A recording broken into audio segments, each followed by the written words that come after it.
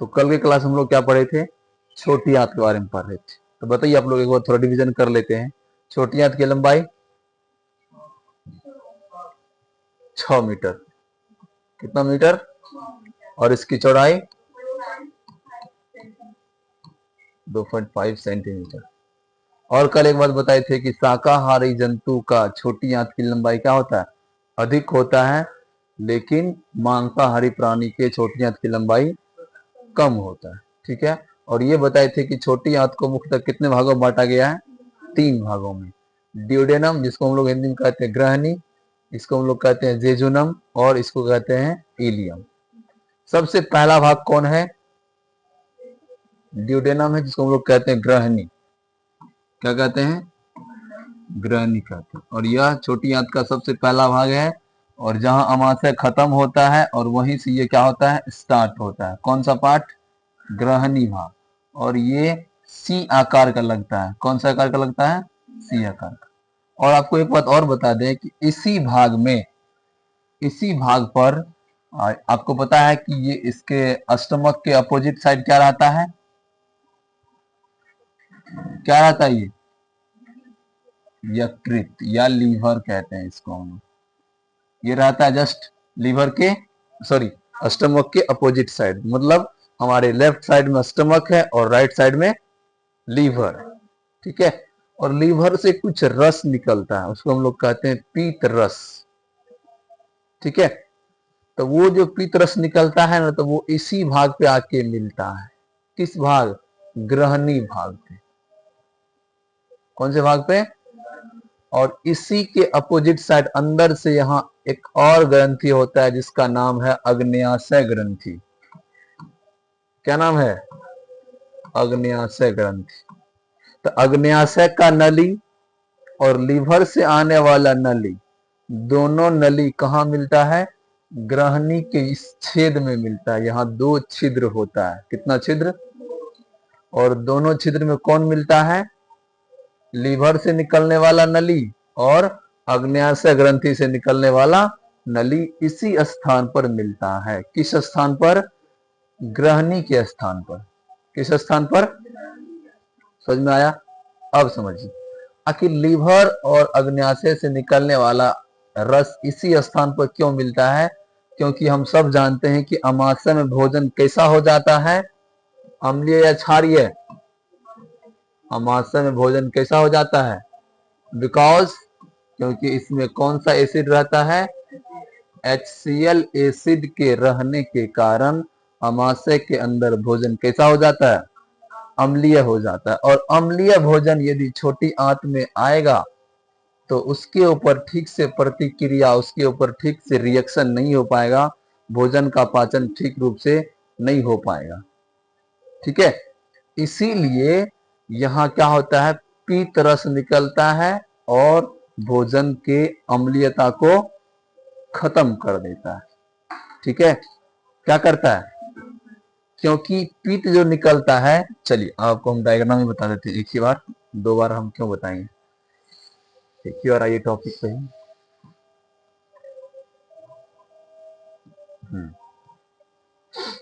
देख लीजिए डायग्राम में ध्यान।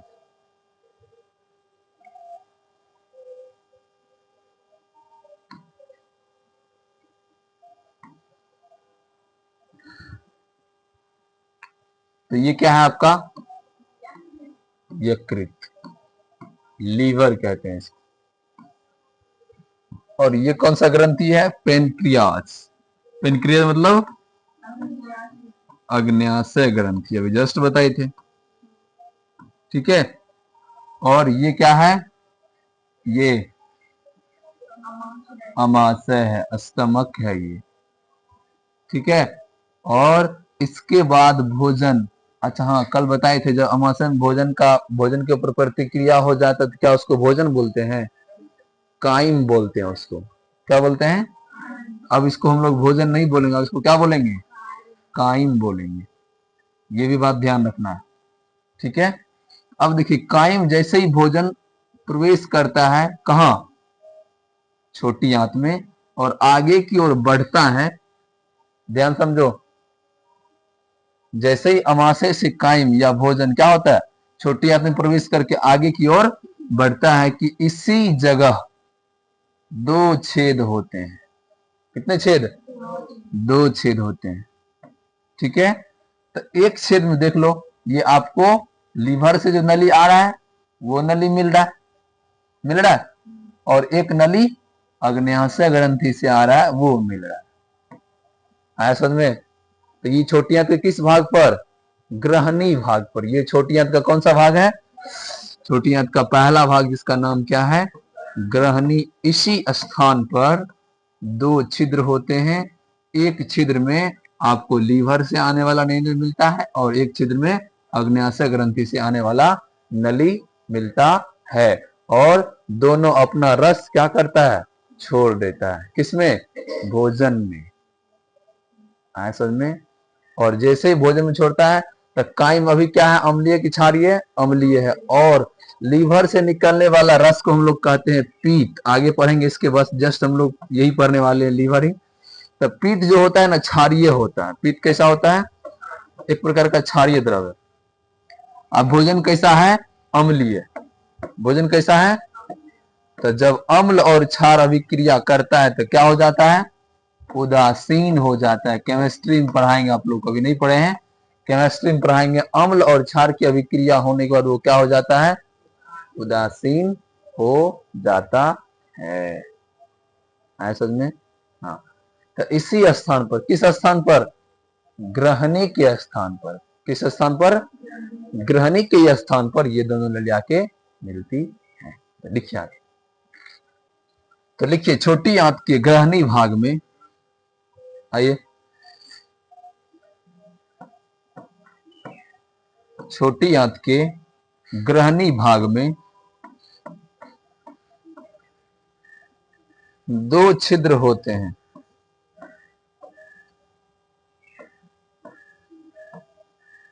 दो छिद्र होते हैं।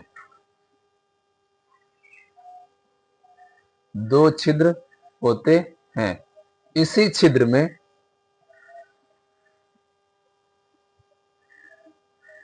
इसी छिद्र में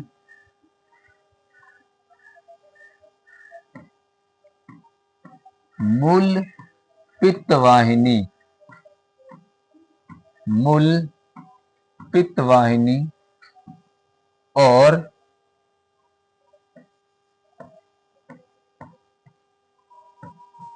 अग्न्याशय रस वाहिनी, ये कहते हैं।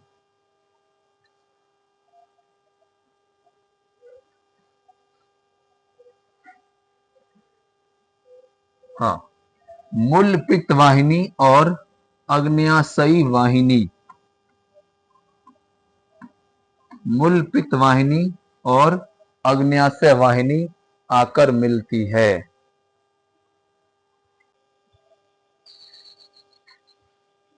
लिख लिए? तो यहां जो छिद्र है, यहां कितने नली आके मिलती है? दो नली। मूल पित्त वाहिनी किसको कहते हैं? जो नली लीवर से निकल कर आती है। अग्न्याशय वाहिनी किसको कहते हैं? जो अग्न्याशय ग्रंथि से निकल कर आती है। ये फिगर आपको आगे जस्ट बनवाएंगे अभी थोड़ी देर के बाद। ठीक है, तो इस छिद्र में कितना नली आके मिलती है? दो नली। पहला मूल पित्त वाहिनी, पित्त मतलब जो लीवर से आकर निकलता है। अग्न्याशय वाहिनी मतलब जो अग्न्याशय ग्रंथि। आप लोग फिगर बनाए थे अग्न्याशय ग्रंथि का? मानव पाचन तंत्र का जो डायग्राम बनाए थे उसमें अग्न्याशय ग्रंथि नहीं था? हाँ, लीवर नहीं था? हाँ, तो यही लीवर और अग्न्याशय से क्या निकलता है? दो नली आके निकलता है, और दोनों में रस भरा रहता है, कुछ पाचक रस। कौन सा पाचक रस? आगे बताएंगे। ठीक है, अभी इतना समझना है कि ग्रहणी के भाग में कितने छिद्र होते हैं, और दोनों छिद्र में, एक छिद्र में कौन आता है? मूल पित्त वाहिनी, और दूसरे छिद्र में अग्न्याशय वाहिनी आकर मिलता है। आगे रुद्र के लिखो, लिखिएगा। मूल पित्त वाहिनी, मूल पित्त वाहिनी के द्वारा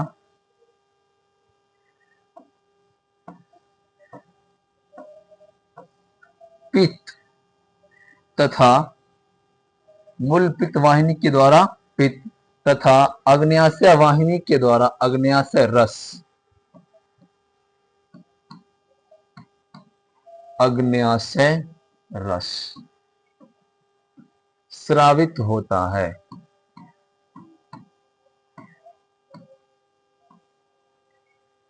मूल पित्त वाहिनी के द्वारा पित्त तथा अग्न्याशय वाहिनी के द्वारा अग्न्याशय रस स्रावित होता है। स्रावित होता है। तो इतना भाग था किसका? छोटी आंत का ग्रहणी भाग। ये छोटी आंत का कौन सा भाग है? चलिए अगला भाग के ऊपर चलते हैं हम लोग। तो अगला भाग क्या होगा छोटी आंत का? जल्दी से बोलो। हाँ, जेजुनम। तो लिखिए, छोटी आंत का दूसरा भाग है जेजुनम।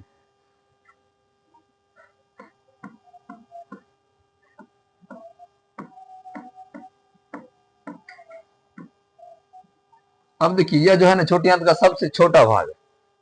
ठीक है, इसमें ज्यादा कोई पाचन की क्रिया नहीं होती है, इसका कोई ज्यादा इंपॉर्टेंट रोल नहीं है। तो लिखो डैश देखिए, यह छोटी आंत का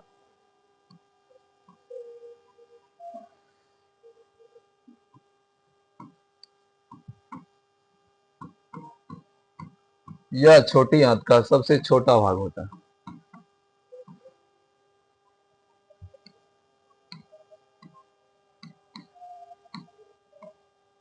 सबसे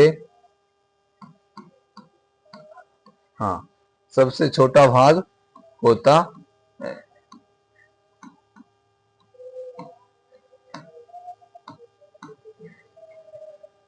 हो गया। तीसरा भाग आता है इलियम। छोटी आंत का सबसे अंतिम भाग, सबसे बड़ा भाग, सबसे महत्वपूर्ण भाग क्या है? इलियम है और सबसे अंतिम भाग है, और इसमें पूर्ण पाचन होता है जिसका नाम क्या है? इलियम। क्या नाम है? इलियम। यह जो है छोटी आंत का सबसे अंतिम भाग है। तो इलियम लिख के डाल दीजिए और लिखिए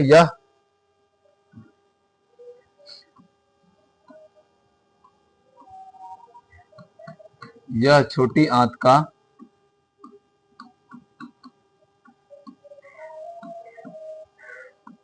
सबसे अंतिम भाग है। दिखाई दे रहा ना? नहीं, हाँ बोलेगी नहीं ना? कल इसी कारण गुस्सा उठा था। जो बोले तुरंत जवाब दो। यह छोटी आंत का सबसे अंतिम भाग है। ठीक है, आगे रुक देख लिखिए, यह सबसे बड़ा भाग होता है। इलियम जो होता है यह क्या होता है? सबसे बड़ा भाग होता है।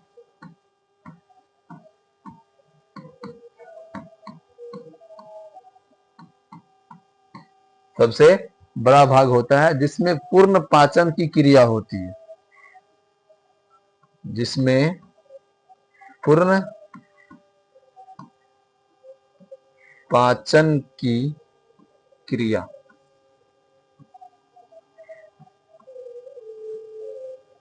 जिसमें पूर्ण पाचन की क्रिया होती है।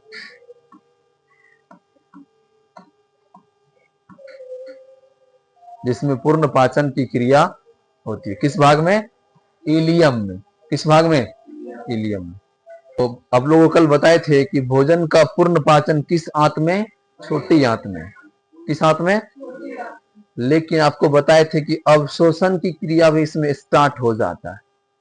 थोड़ा थोड़ा अवशोषण भी स्टार्ट हो जाता है। तो अवशोषण शुरू वाला भाग में कि अंतिम वाला भाग में? अंतिम। जब पूर्ण रूप से पचा लेगा, ये सब पचा लेगा, ये सब पचा लेगा, तब अंतिम वाला भाग में क्या होगा? थोड़ा थोड़ा अवशोषण भी शुरू हो जाएगा। तो छोटी आंत का सबसे अंतिम भाग क्या है? इलियम। क्या है? हाँ, तो इलियम से क्या होता है? भोजन का अवशोषण भी शुरू हो जाता है। तो लिखिए,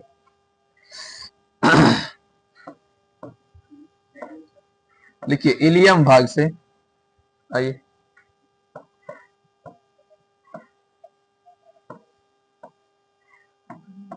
इलियम भाग से, लिखिए किस भाग से? इलियम भाग से भोजन का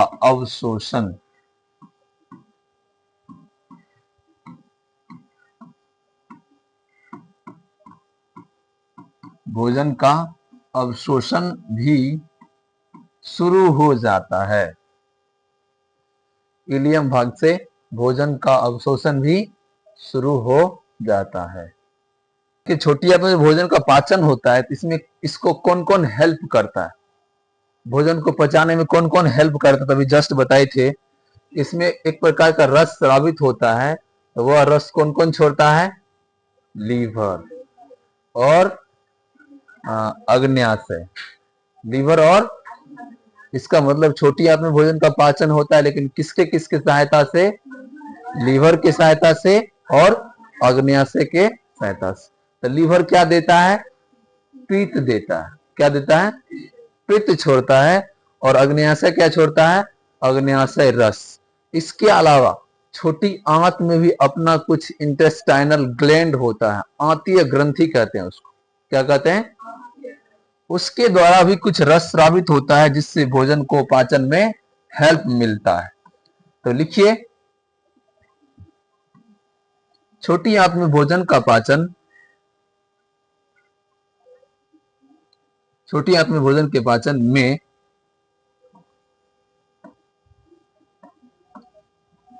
यकृत,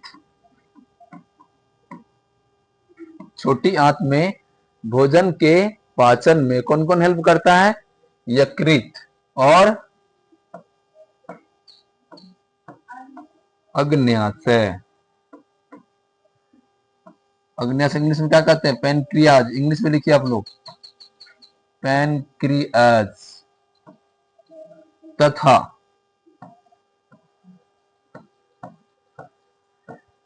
आंतीय ग्रंथि। आंतीय ग्रंथि मतलब ये जो छोटी आंत देख रहे हैं ना, इसके अंदर भी दीवार में बहुत सारा ग्रंथि है। समझ में आ रहा है, जल्दी बोलो। हाँ, किसके दीवार पर, छोटी आंत के दीवार में क्या, बहुत सारा ग्रंथि है, जो क्या छोड़ता है, आंत रस छोड़ता है। क्या छोड़ता है, और आंत रस भी क्या करता है, भोजन को पचाने में हेल्प करता है, सहायता करता है। समझ में आया। तो क्या लिखे, तथा आंतीय ग्रंथि। छोटी आंत में भोजन के पाचन में कौन कौन हेल्प करता है, यकृत, अग्न्याशय और आंतीय ग्रंथि मदद करता है,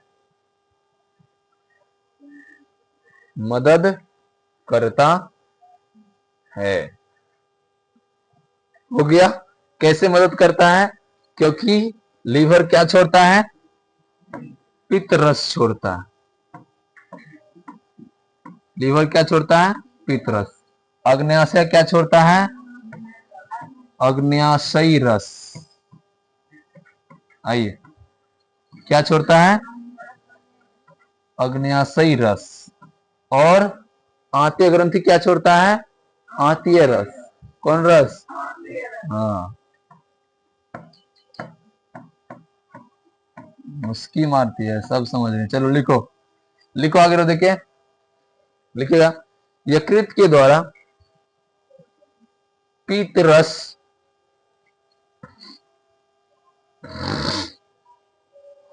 यकृत के द्वारा पीत रस, कोमा, अग्न्याशय के द्वारा अग्न्याशयी रस, तथा आंत के द्वारा आंत रस, तथा आंत के द्वारा आंत रस स्रावित होता है।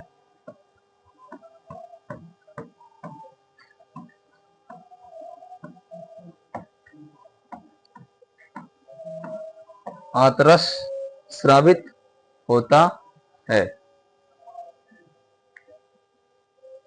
क्या लिखे, यकृत के द्वारा पीत रस, अग्न्याशय के द्वारा अग्न्याशयी रस और आंत के द्वारा आंत रस स्रावित होता है, स्रावित होता है, जो भोजन को पचाने में मदद करता है।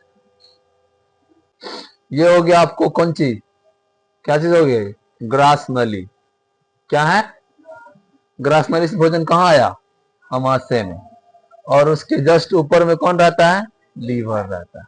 और लीवर से जो नली निकलता है, बहुत सारा नली वो हो गया आपको गॉल। ऐसे को हम बना देते हैं सिंपल स्केच, थोड़ा डिफिकल्ट। इस प्रकार से बनाना सिंपल वे में।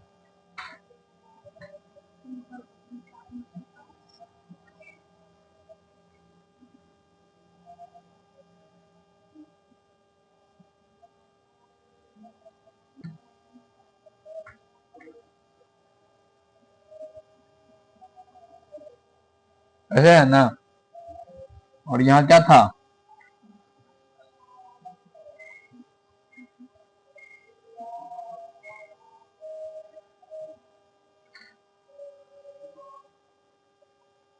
इस प्रकार से लीवर था, ठीक है। और यहाँ क्या था, यहाँ कौन सा ग्रंथि था, अग्न्याशय ग्रंथि था। इस प्रकार से होगा सर,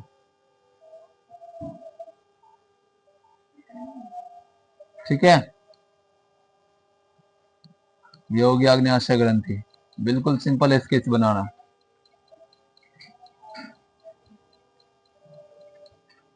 ठीक है। और यहाँ होगा आपका गॉल ब्लेडर, यार यहाँ से लीवर से निकलने वाली नली को यहाँ आके मिला देना। यहाँ कितना छिद्र हो गया, 2 छिद्र। ये कौन सा भाग है, ग्रहणी है। क्या है, ग्रहणी। ये क्या है, अमाशय। क्या है, अमाशय। ये कौन सी ग्रंथि है, अग्न्याशय ग्रंथि। अग्न्याशय ग्रंथि हो गया। और ये ग्रहणी हो गया। और ये क्या हो गया, यकृत हो गया। और यकृत में क्या बनता है, पित्त बनता है। यकृत के अंदर क्या बनता है, पित्त। और यह अपना एक गोदाम रखा है, इस गोदाम का नाम है, इस गोदाम का नाम है गॉल ब्लेडर, पित्ताशय, ठीक है। पित्त बनाता है लेकिन स्टोर कहाँ करता है, पित्ताशय में। कहाँ करता है, और जब इसको जरूरत पड़ता है तब ये क्या करता है, बाहर निकाल कर कहाँ भेज देता है, ग्रहणी में। तो ये हो गया आपको पित्ताशय। तो पित्त बनता कहाँ है, यकृत में। पित्त बनता कहाँ है, लेकिन जमा कहाँ होता है, पित्ताशय में। यकृत मतलब लीवर। सबके बॉडी में क्या गो लीवर है, एक जोड़ा, एक लीवर है। कितना लीवर है, तो लीवर का काम क्या है, पित्त का निर्माण करना और कहां जाके जमा कर देना, पित्ताशय में, ठीक है। ये ग्रहणी हो गया, ये छोटी आंत का भाग, ये अमाशय हो गया। और कुछ बाकी है, ये अग्न्याशय ग्रंथि हो गया। और अग्न्याशय ग्रंथि क्या बनाता है, ये भी रस बनाता है। इस रस का क्या नाम है, अग्न्याशयी रस। अग्न्याशयी रस। चलिए, तो आपका छोटी आंत का सब भाग क्या हो गया, खत्म हो गया। छोटी आंत में जो भी क्रिया होना था वो क्रिया हो गया।